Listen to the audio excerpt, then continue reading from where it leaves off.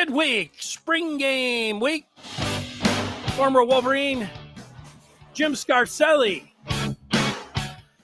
right here with you right now, ready to talk some Michigan football. Scar, it's always great to see you. You look good. You're ready to go, I imagine, here on this Wednesday. What's up? Yeah, everything's good, man. Denny, I got a ticket down to the draft. I'm gonna be down there in the front row, man. Down there close. Front row, right? I mean, when you say that, I'm gonna be down in there, so I'll see JJ close. All right, because there's going to be a million. I don't want to see him in our division, man. I don't want to see him in our division. I don't either. I don't want him to go to Minnesota. Yeah. I'm with you. I'm gonna be down there wearing the Lions gear, maybe a Michigan hat.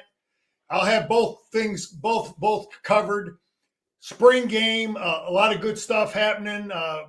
Our team is ready to roll. We'll talk about it.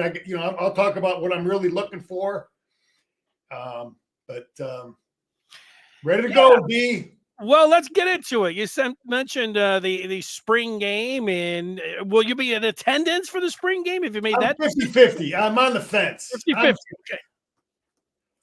50-50. For those of you that are going down to the spring game in the southwest corner, that stadium in Maine, if you enter there is a War Eagle, and at 11:30, I will be standing there out in front of that War Eagle saying hi to everyone. So if you're right in that area and you say, hey, let's go over, the Maize and Blue Review is going to be over there. Jerry D'Ario said he is going to be there at 11:30. And, so maybe Scars 50-50, you have a shot maybe at seeing the former Wolverine. Now, we'll talk a little bit about that spring game. Also, yesterday, the NCAA came out with some penalties for Michigan for the suspension for the first 3 games of the season last year. It surrounded those particular infractions. We'll see what Scar thinks about that whole thing. And then Ohio State had their spring game over the weekend. I talked about it a little bit on Monday. So you watched a little bit of the Buckeyes there, Scar? Yeah, you can see the Chip Kelly.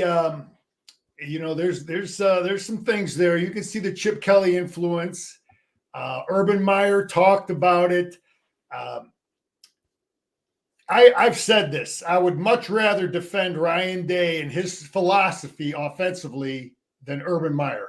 Urban Meyer believed his quarterbacks could always run. He was never afraid to run them. That's why he went through 3 that one year and still won a national championship. Right. So I think Ryan Day learned his lesson. Chip Kelly's, and we'll look at some of the things they're doing, but they're going to be more tight ends. They're going to be more quarterback run. You're not going to see the Stroud back there, the untouchable kid. So we'll look at the film, and that's what's happening on that. Yeah, an incredible amount of talent. You could see that. They are not 100% sure who the quarterback is going to be. Probably the Kansas State transfer, Will Howard, who can run it. He's a bigger guy, but he definitely, you would put him in a dual threat category. And then, as much as they have all of these different pieces out there, it was apparent that Urban Meyer, he even said it at the half, Scar, and I wrote it down. He said that that their biggest concern is that their offensive line, and then he said they're getting exposed. He said that at the half, that they were getting exposed a little bit. When the ones and ones were out there, they were having a hard time blocking the defensive end. You say, yeah, well, the defense is ahead, they're pretty good and everything else, but I noticed there's with the transfer portal opening up, there's a lot of offensive linemen out there. I would bet with Ohio State, for as much the resources that they've put in to recruiting and also the transfer portal, that they would be getting some offensive linemen, at least one. Well, maybe they didn't pay for them because they got the quarterback, the kid from that was coming from Alabama. They got the receiver. Danny, if you would have said to me, who are the last 2 high school football players, 24 recruits, that you want to see go to Columbus, it would have been Julian Sand and then Superman from Florida. Number 4, what the heck is his name? Number 4, Smith, right? Jeremiah Smith. Yeah. Those are the last two guys in the country I'd want to see go to Columbus. And anyway, they're both there. So maybe they need to spend a little more money on offensive line, but maybe their defense is pretty good. But also, Denny, I think evaluating their offense, again, are they running the full offense? Are they having the quarterback keep the ball, which is a big part of their offense that you may not do in the spring game or in spring football? You follow me? To keep your defense honest. Yeah. There's certain plays that you may not do that would allow your offense to have more success that you're going to run against Michigan and once you get into the season. But yeah, they look like they've recruited well. They got good players in. That receiver is every bit as good as we're going to deal with that kid for 3 years, man. Well, it's kind of been the same thing. Like that's 3 years ago, you might already mentioned CJ Stroud, but he had Garrett Wilson and he had Olave and then he had Maserati Marv. I mean, they've had the greatest wide receivers. They're making the NFL teams blush with the kind of receivers. So that just part continues. Now they get some pretty good backs too. And, but the question at quarterback and offensive line remains for them. And that was never going to be an easy game, but Michigan, I believe, is in their head a little bit, and they'll go down there and they'll be ready to play on November the 30th in Columbus, ready to take 4 in a row. So Ohio State, they can say whatever they want. They can smash everybody, but the real smash is coming to town towards the end of November. So that's the way I see that one. Yeah, and, I guarantee you we've worked these last 15 days. I remember when I was playing, man, the one year we lost to both Michigan State and Ohio State that spring, we had a green and red period. And it was some of it was conditioning, and it was focused on those two teams.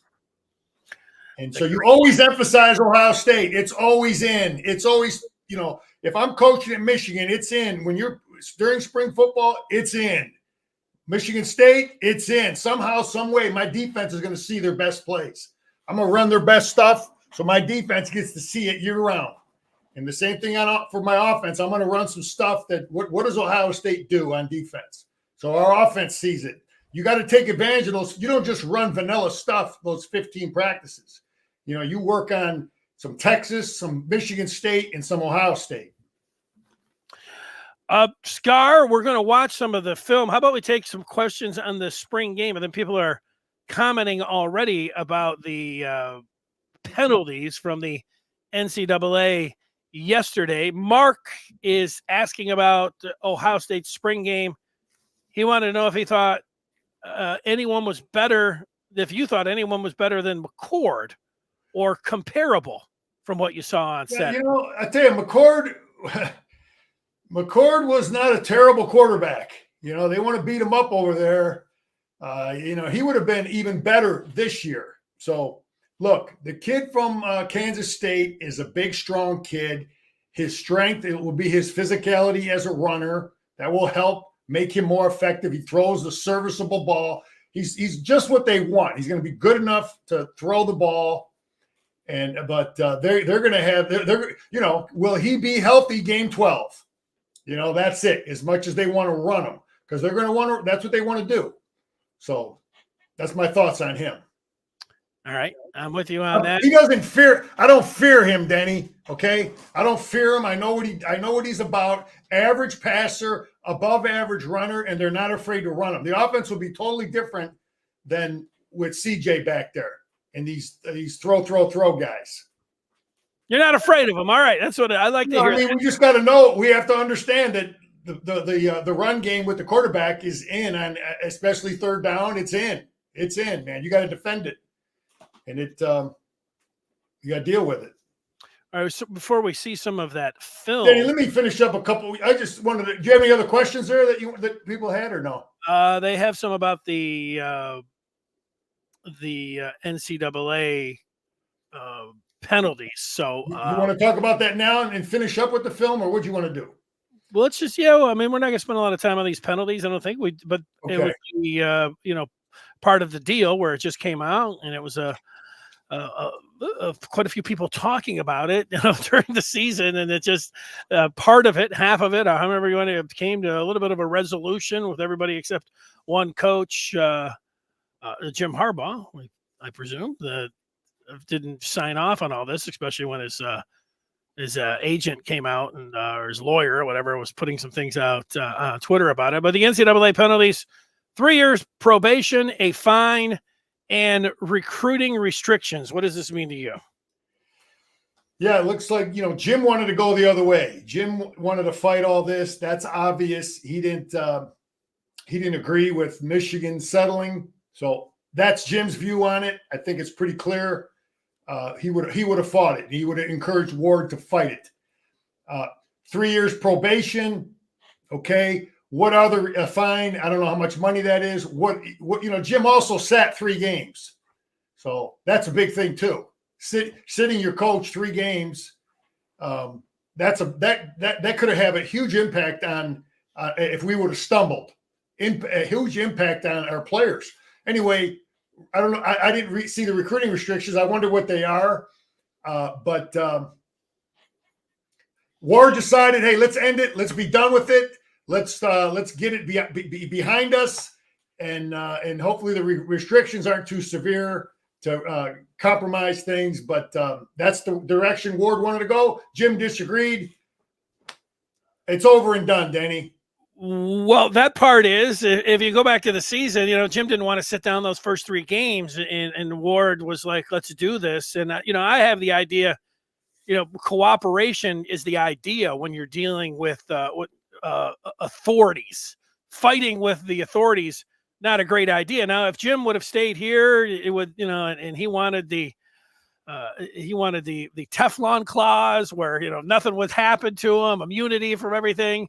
That would have been different. You would have had to, make some allowances if he would have come back. But of course, he's gone. So trying to, move on. And, they did cooperate. They already put some recruiting restrictions on. They did sit the coach down for 3 games. And, people can say, I know the rival fans will be like, well, that's nothing. That's not even a slap on the wrist. And yet, the part of this 3 years probation, to me, it's a stigma. It's a stigma that Michigan has to deal with. So while your rivals are like, this is nothing, and then at the same time, they're over here over the next 3 years, they're always going to be talking about you being on probation. So that's there. I think that I would have fought the late season penalties. That was a smart, but I thought self-imposing the penalties was a prudent decision by Michigan, despite what you might think of Ward or might think of Harbaugh. That's me looking at it. Prudent. Fighting the authorities is not going to get you where you want to be. So putting this behind you as quick as you can, which is now. And if they did not, Scar, I wonder what the NCAA would have come back with if Michigan at the beginning of the year said, nope, we're doing nothing because we got a championship team and our coach wants to fight at every turn. We're going to fight you. So where would they be right now if that was the situation? It would be more than what it is right now. Yep. And so they did a little bit. So we don't know what that is, but I don't agree with people that are like, they should have done nothing and they should continue fighting them and all of that. I think they self-imposing was the right thing, but you got to deal with the stigma.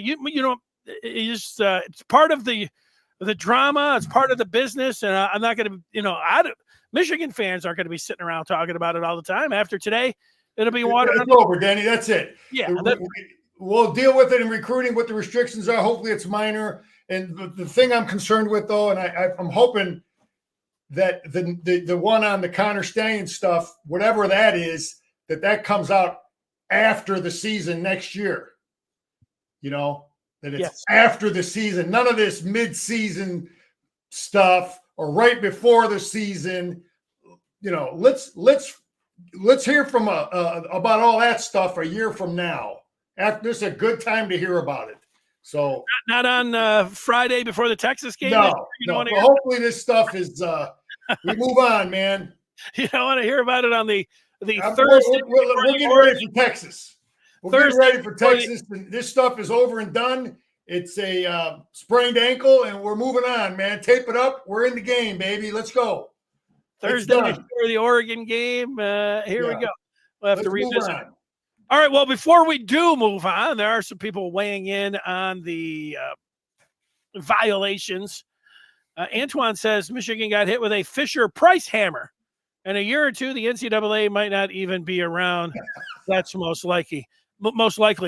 Michigan fans, they definitely hear, part of the rivalry, Ohio State, or people that follow this piece of it, and maybe Michigan State too, but definitely Ohio State. Ohio State, they have been talking about the hammer coming down and that Michigan is just really going to get it. And so this is when everybody's talking about the hammer coming down, this was not a hammer. Now, Ohio State. It was a hamburger. The hamburger came. I mean, this is a lot. Denny, really, this is a lot. For a couple meals that were bought, this is a lot. And but hey. Anyway, go ahead. You want to keep going on it? Go ahead. Well, I'll say one thing, Scar. I think people that dismiss it, and it's fine because it's all just fun and what's it really mean. So go ahead and make light of it. What's it matter? Talking about cheeseburgers, but what it was impermissible in-person contact. Really didn't have a damn thing to do with any cheeseburgers. You weren't supposed to meet during this dead period during COVID, and apparently they did. So that's the whole thing with the cheeseburgers. And so that to me is just fandom. That's fan stuff talking about cheeseburgers. And it really had nothing to do with that. But you know what? Who cares? It's, we're all a bunch of Michigan fans. So let's just play it that way. So I don't know about the impermissible tryouts, what was going on there. The other stuff was they had too many coaches that were, that on the field that weren't supposed to. And they're also using video when they weren't supposed to. Hey, they're pushing the envelope.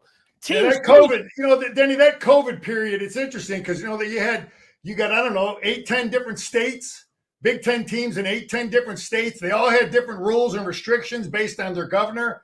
So, that's a whole mess. That COVID thing. It was a whole mess. I agree with you on that. Michigan's rules were different than what was going on in Ohio in terms of what Jim was dealt with in terms of how he could conduct practice compared to what was going on in the Buckeye. It was totally different.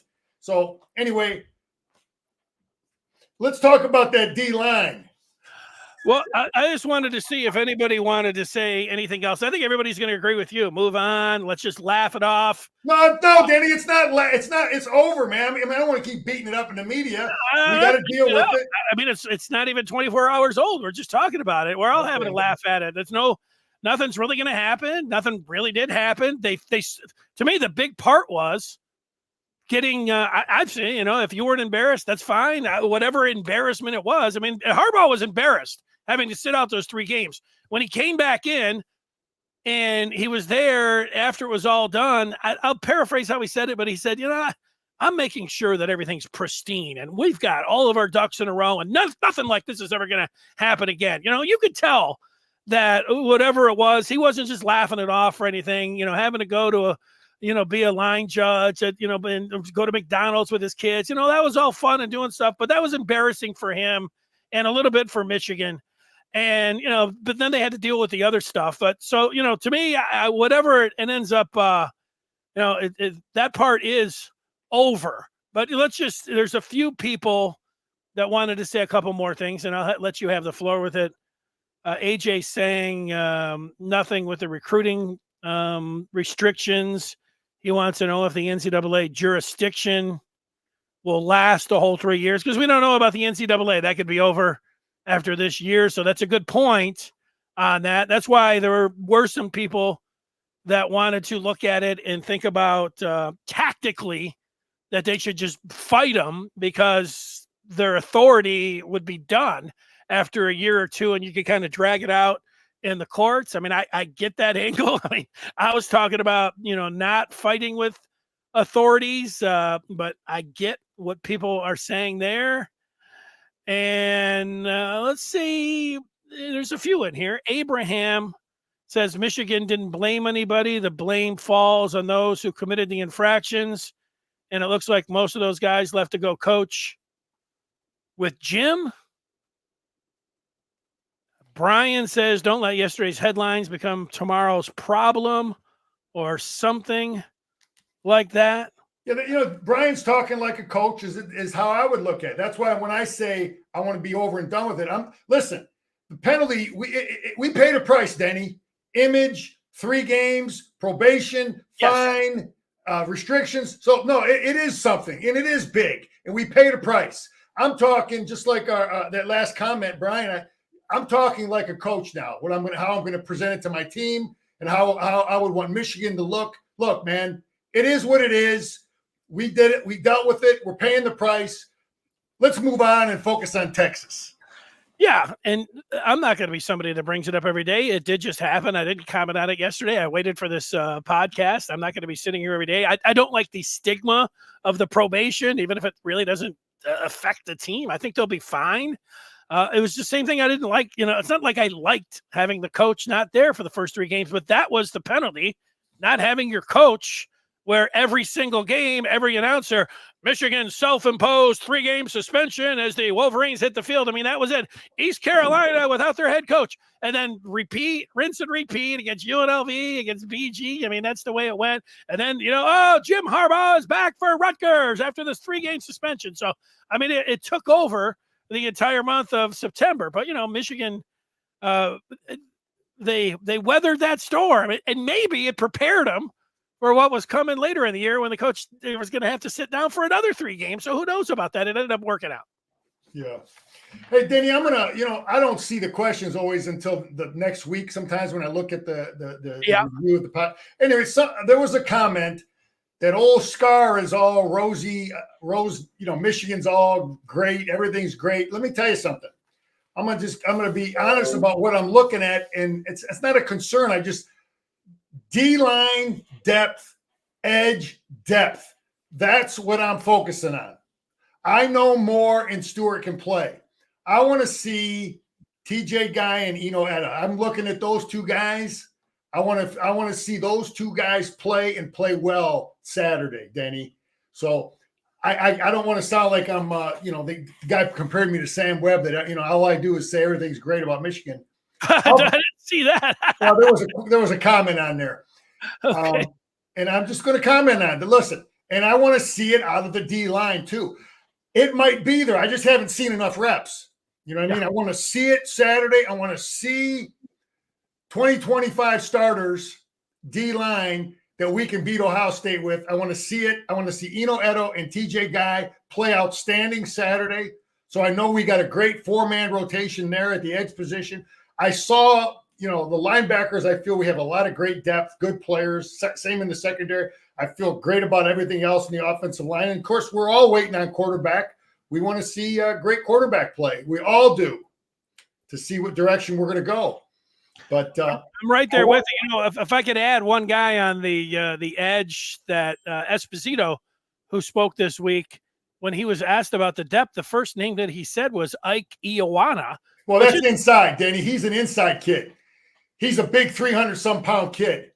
Yeah, that was great to hear. Yeah, I got him on my notes here too. So that was great to hear the coach talk, because I've been looking at that kid, for a couple of years now. He's a big kid, and maybe he's just getting in that a 3-year guy in the weight room. He's they got him, a 300-pound kid, right?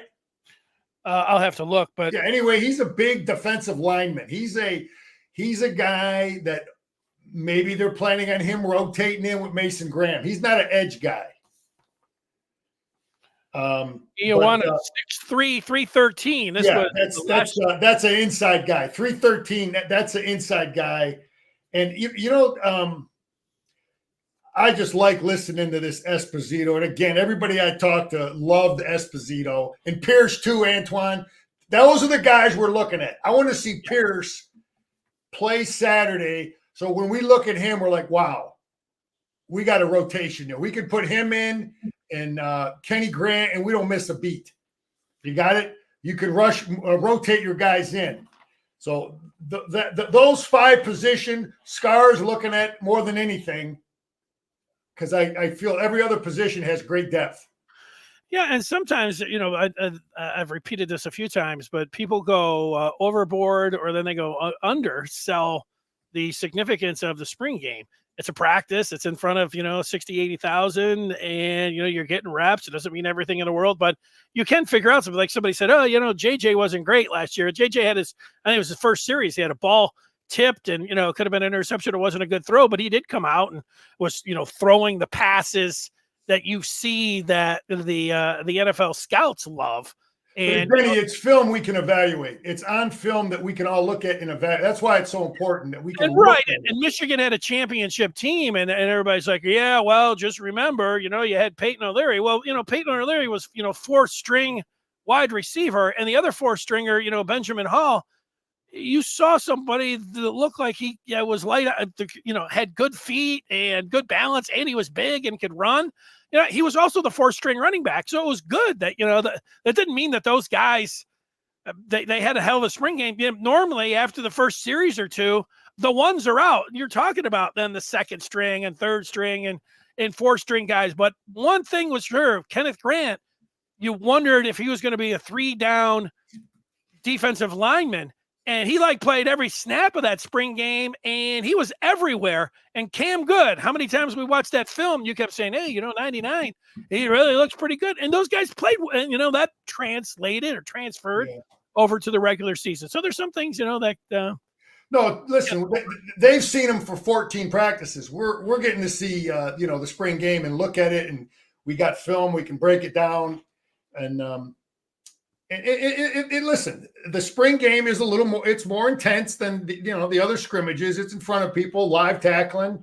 I don't know if the quarterbacks are going to be live, but Denny, I just reading and looking more and more at this coaching staff that Sharon Moore brought in.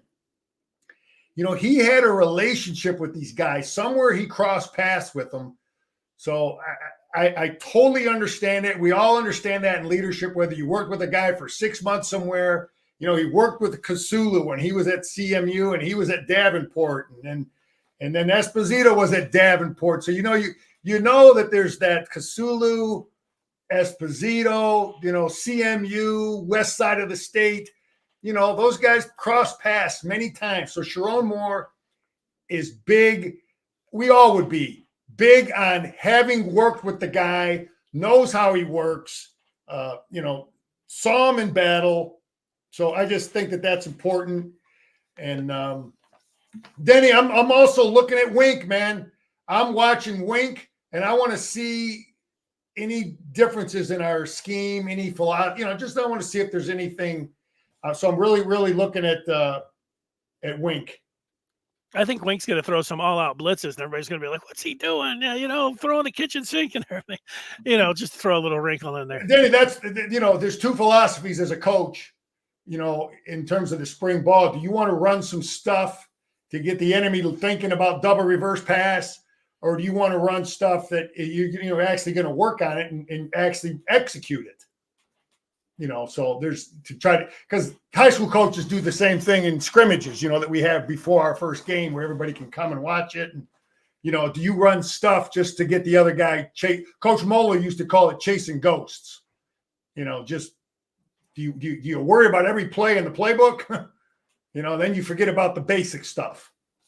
So there was no tackling in that OSU spring game, which we're going to watch here in a minute. Do you think Michigan, is that a smart move by Ohio State? Would it be a smart move for Michigan to follow suit and just have a no tackling to the ground type approach to their spring game? Danny, everybody, it's a different game, man, and it makes so much sense to save guys. I understand it. You let your young guys scrimmage. Anyway, you got the film on, Denny? I could put it up there. I'd say that you're exactly right. We see it in the pros. It started a few years ago where there were some teams that just forgot the exhibition season. They weren't doing anything with it.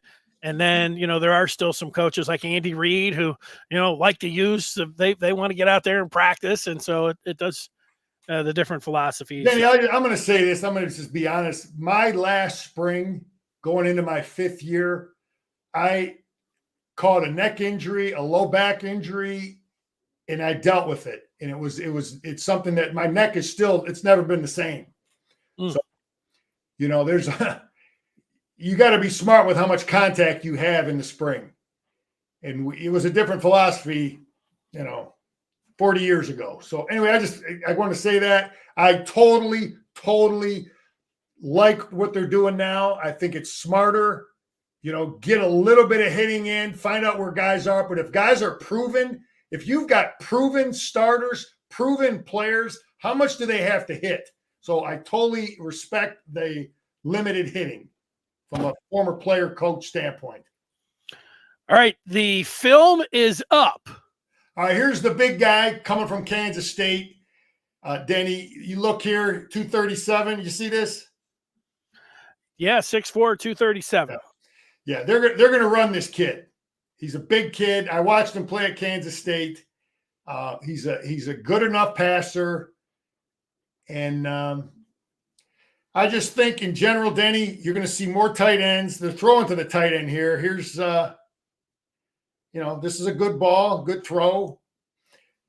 I just think in general, and there are a lot of zone coverage. He's all over the place, man, in zone. But I think in general, I watched the evolution of Chip Kelly. This guy right here, Chip. I watched him when he was at Oregon. I watched him, when he was and he was all spread. He was 4 wide most of the time, 1 back, 4 wide.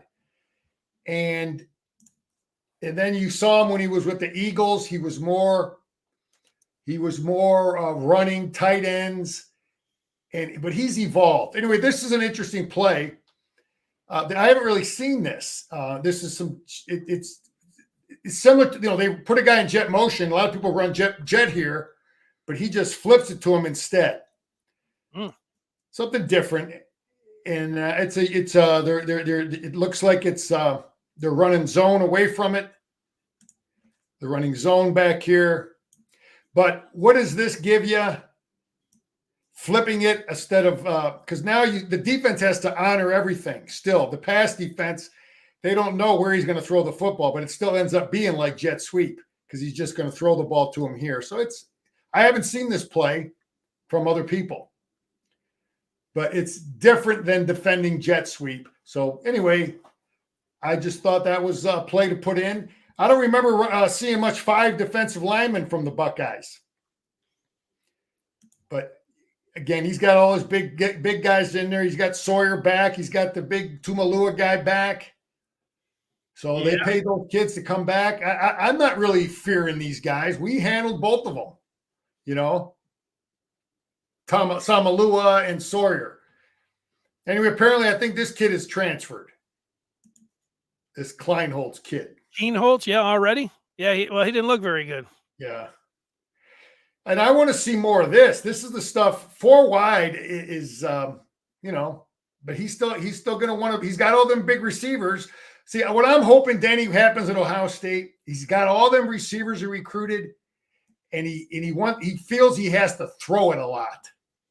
You got it? And he gets away from running the football, tight ends.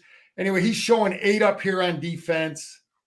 This is Jim Knowles stuff, showing 8, dropping in the zone. But this number, the receiver is the real deal, though, man. That number 4, the Smith kid. So anyway, here's a kid that is this fits into what he wants to do: having your quarterback run the football. And let's not forget that Drevno, Denny. Me and Jerry disagree about this coach. Okay, I think he's a hell of an offensive line coach from a technique teaching standpoint. That worked under Tim Drevno, right? You know who I'm talking about? Yes, sir. Okay, I think he's a damn good teacher of technique, but I don't think he was a great recruiter. I think that's why he probably left Michigan. But that's that's something of note. He's a good teacher of physical football, power play, zone blocking.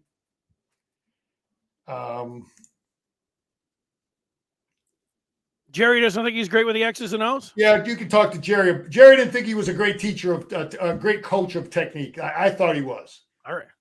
So maybe you can ask him more about that. But get through this here. Here's the kid down here, Denny. This is Smith. It's a short little route, but you can just see the athleticism. Again, we got to deal with this kid for 3 years. You know, you can look at him go get that ball, and you can just see the athleticism. Urban Meyer talked about him. You know, Brady Quinn compared him to LeBron James. Yeah. Anyway, this is the stuff. If I'm looking at Ohio State spring game and I'm Michigan, I'm looking at UCLA, what he ran at UCLA, a lot of the tight end stuff. Here's 2 tight ends. This is the stuff he's going to want to try to get ready, get his defense ready for Michigan. Okay, he's not going to run all spread all spring, and then ask your defense to beat Michigan in November. So you come out with 2 tight ends and you run stuff. But this stuff here is, again, I think you're going to see more and more quarterback keep. It's going to be a bigger part of their offense as they move forward. I got one more play, and this is the thing, Danny, that this is the Urban Meyer sitting down with Ryan Day, I believe, and Ryan Day getting tired of losing 3 times in a row, saying, let's get back to this. Okay, that's how Urban Meyer made a living. Tebow, Barrett, the BS call that we didn't get down there that one time. Remember that? You mean the JT Barrett call? Yeah. It was this play. Okay, this is the stuff we got to defend more with because CJ's gone. The past guys are gone. That's all I got on them. But I'm looking at tight ends, and Denny, I'm going to click out of this. The very first play, Meyer or that Ryan Day ran at the spring game. I didn't have it on film, but it was straight T. Yeah. 2 tight ends. 3 backs in the backfield, quarterback under center. That's what Woody Hayes used to run. They said it was a tribute to Ohio State or to Woody Hayes. No, that's what I think he told his offensive line and their football team. We're going to run the football. And that play, I would prepare for that play if I'm coaching Michigan. If I open up early with Ohio State, they're going to run the T. It's going to be in their offense because he ran it a little bit at UCLA, and that's physical running stuff. That's tight ends. That's getting away from, spread stuff. So I understand why Drevno's there. I understand why Chip is there. It's all about Ann Arbor. The JT Barrett play, that could have gone either way. It looked to me like it was short, from what you're saying. But that game was lost on the play before. What was it, 3rd and 17 or something? They had, or whatever it was. They handed it off to Curtis Samuel, and they had like 5 guys that had him hemmed in where they could have tackled him where it would have been 4th and 17. And instead, he was able to slither on through and get up there and make it a 1-yard deal that set up the play that ended up going their way. So we will break down the film. We'll look at a little bit, probably chip it up. Jerry will have some on Friday, the following Friday, and we'll look at it. Here's Ferris saying Kelly will want to run. Day will want to pass. Well, I'm sure they've sat down and, Ryan Day and Kelly, they go way back. Day played for Kelly or coached with them, but they have already had that talk. Ferris, they have had a long talk about the offense and how do we prepare our defense? How do we beat Michigan? That's the whole focus with that whole deal. Drevno and Chip is all about beating Michigan. But we got Wink, and Wink will be looking at UCLA film. Okay, he's looking at it. What do I think about OSU O-line? Well, I got to look at some. I got to look at more. They're going against a good defense, Antoine, in that scrimmage. That's a good defensive front. Those guys are all been around. And then what are the plays that they're holding out? The quarterback run stuff that can make your offensive line look better. Again, defense has an advantage. when you play against your team every day, the defense has a little bit of an advantage. You know their calls. You know stances, alignments. I think listen. They know the defense too, but I just felt as a player, your offense's adjustments and cadence and their signals and whatever. Yeah, I just wonder with this year, you have now obviously the addition, the regular season, there's no real breaks. And then adding to that, Michigan has Texas. So every other game, you got Texas, USC, at Washington, Michigan State, Oregon, at Ohio State. I mean, that is a gauntlet. There's a lot of teams that are going to play a similar type thing. And then you could go into that Ohio State game. You better only have one loss, because if you had two, even if you beat Ohio State, then you could lose to them the next week. Are you going to get in the college football playoff with three losses? I'm saying all this, your depth is going to be called upon more than ever. And if you do get into a situation, when hopefully you do, where you have to play 12, 13, 14, 15, 16 games, man, this is it's a lot like the NFL, Scars. What I'm saying is, NFL, what do we talk about in the NFL? There's always tons of attrition, tons of injuries, and I think we're going to see a lot of that. And so, are you going to be able to get your depth in there, and are you going to be able to count on them? And is it going to come down to who's just got the last player standing? The way that they're playing, so many players. Yeah. No, that's what you want to develop in the spring, man. You just. You got to keep getting guys ready, man. And we got a lot of good players there, and a lot of them are raw and young. What I saw at practice, raw and young, and let's get reps. Let's see how they show up. And like I said, it just clicks for certain players. After a certain amount of time, you get it, and that's what we're hoping to see Saturday. Scar, let me end this going back to where you started it. You said you're going to go to the draft on Thursday. All right. So that is going to, not tomorrow, it's next Thursday. So that's going to be a situation. You said you're going to be in the front row. There's going to be I don't know about the front row. We got decent seats though. We're in there. We're down in there though. I'm not walking up down Woodward. I'm down in there a little bit.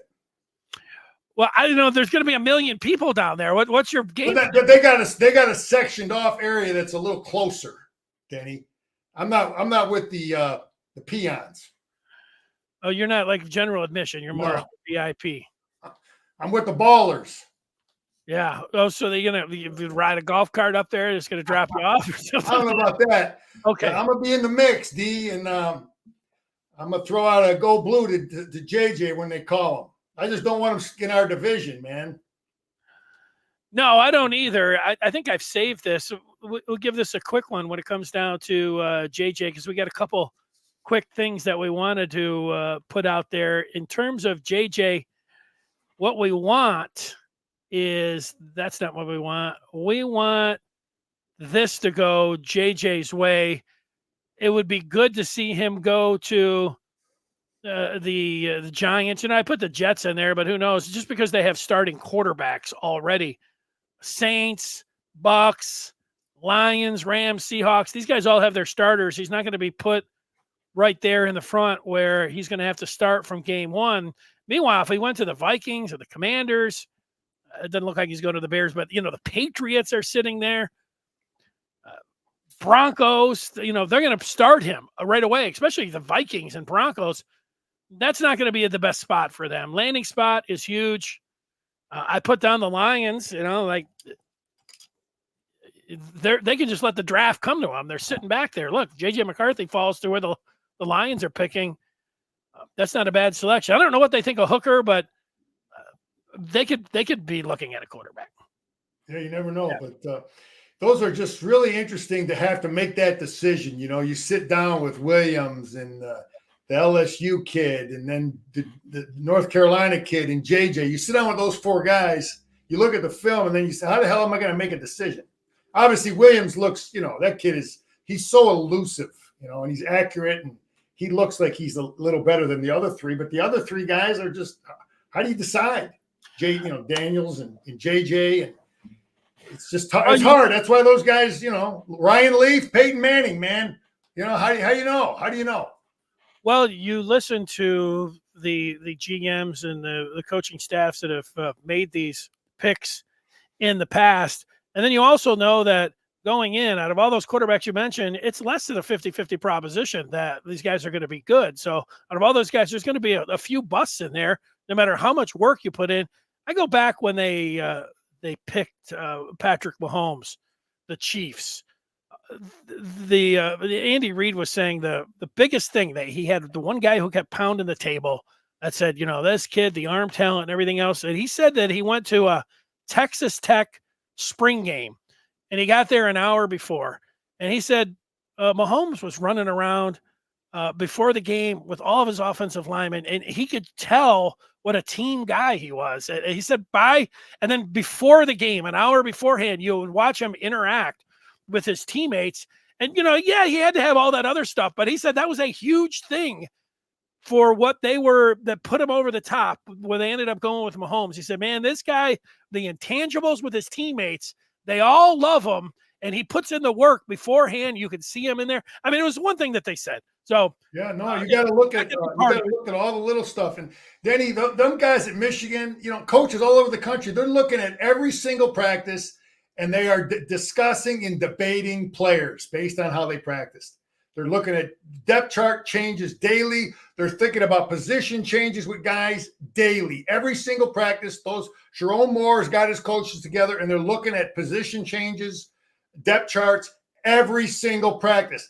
I did it with my 10 coaches or so as a high school coach. You get around my freshman, JV, all my coaches, and I'm looking at all the kids, man. And there's guys saying, no, he should play here. No, he should play here. No, this kid's better than this guy.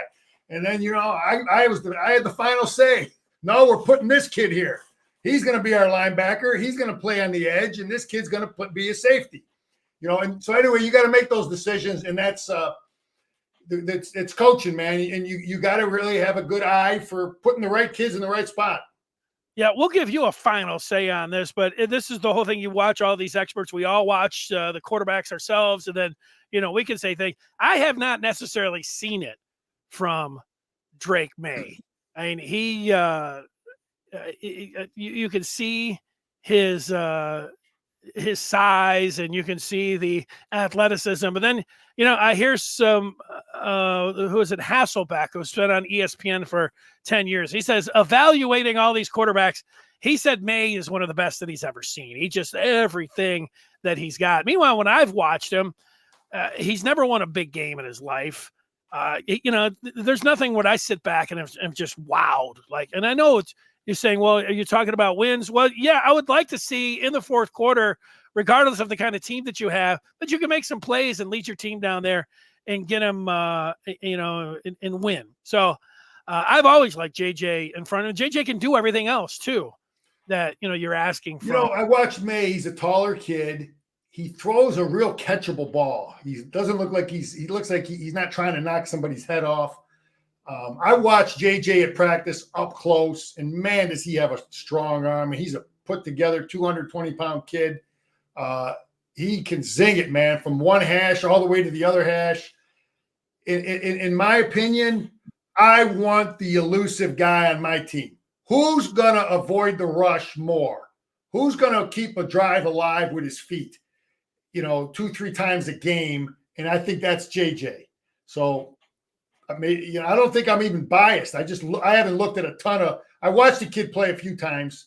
I obviously seen JJ for 2-3 years now, but I think the ability to avoid and 2-3 times again, that's first downs, Denny. That's winning a football game. How many times did he win games for us or kept drives alive on third down with his feet? Well, Drake wasn't going to do that. So I just know as a former defensive edge player, I'd rather go against May. He's a little more easier to get boxed in. JJ, I got problems with that guy. I think that's why they like Caleb Williams and Jaden Daniels. Oh yeah, and Caleb Williams is a total headache. He's a total headache for people rushing him. Yeah, he can throw it anywhere. Sets him apart from all of them. the elusiveness. Scar, give me the final word. You're wherever you're at on it. Well, hey, don't forget Jerry and Scar are going to be doing something on Bleacher Brothers starting next week.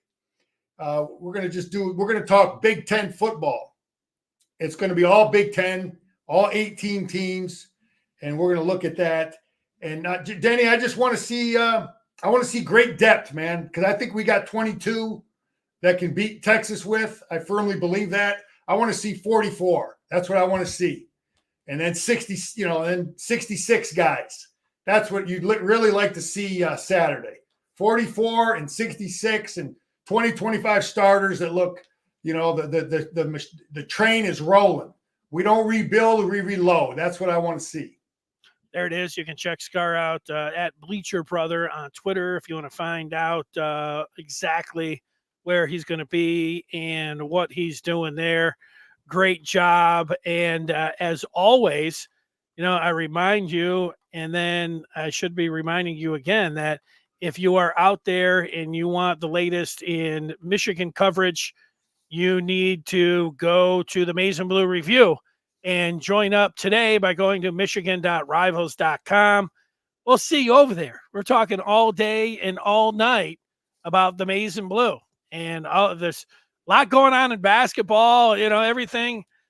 Michigan looks like they're going to get Scottie Pippen's kid. I was watching some film on him today. I'm trying to come up with some comps and what I thought of his game. He's not as big as his dad, but that's a tough one, Scar, because Scottie Pippen, if you just said, hey, who are your least favorite NBA players of all time? I'd say, well, let's think. Pippen would be one. And then I might have a couple others. So, I never liked Scottie Pippen, but, hey. Well, because he was part of the Bulls that beat the Pistons. Is that why? Yeah, well, I liked watching Jordan, but I did not like watching, I didn't like Pippen. I did not.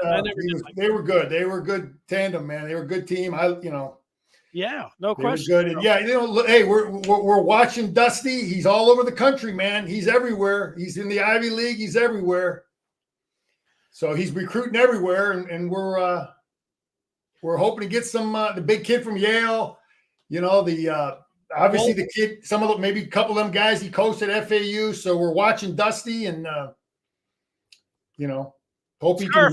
If they want to come up and they're looking for a name for the show with you and Jerry, Scott says, how about the Odd Couple?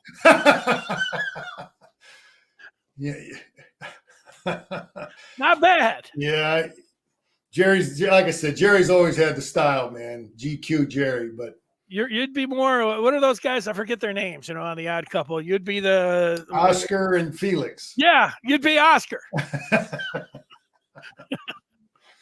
All right, Danny. I might see you up there Saturday, but it's all good. Go Blue. We want to look great. We want quarterbacks looking good, blocking, tackling. Coming out healthy, man. That's what Sharon Moore wants more than anything, is to come out healthy and have confidence in everybody. Long snappers, punters, kickers, every position's got guys. And I'm sure I know how I would be thinking if I'm a coach. I want to feel real good about 60-some players can go out and line up and beat Texas with. Sounds great. Scar, as always, great to talk with you. We'll see you soon. Go Blue.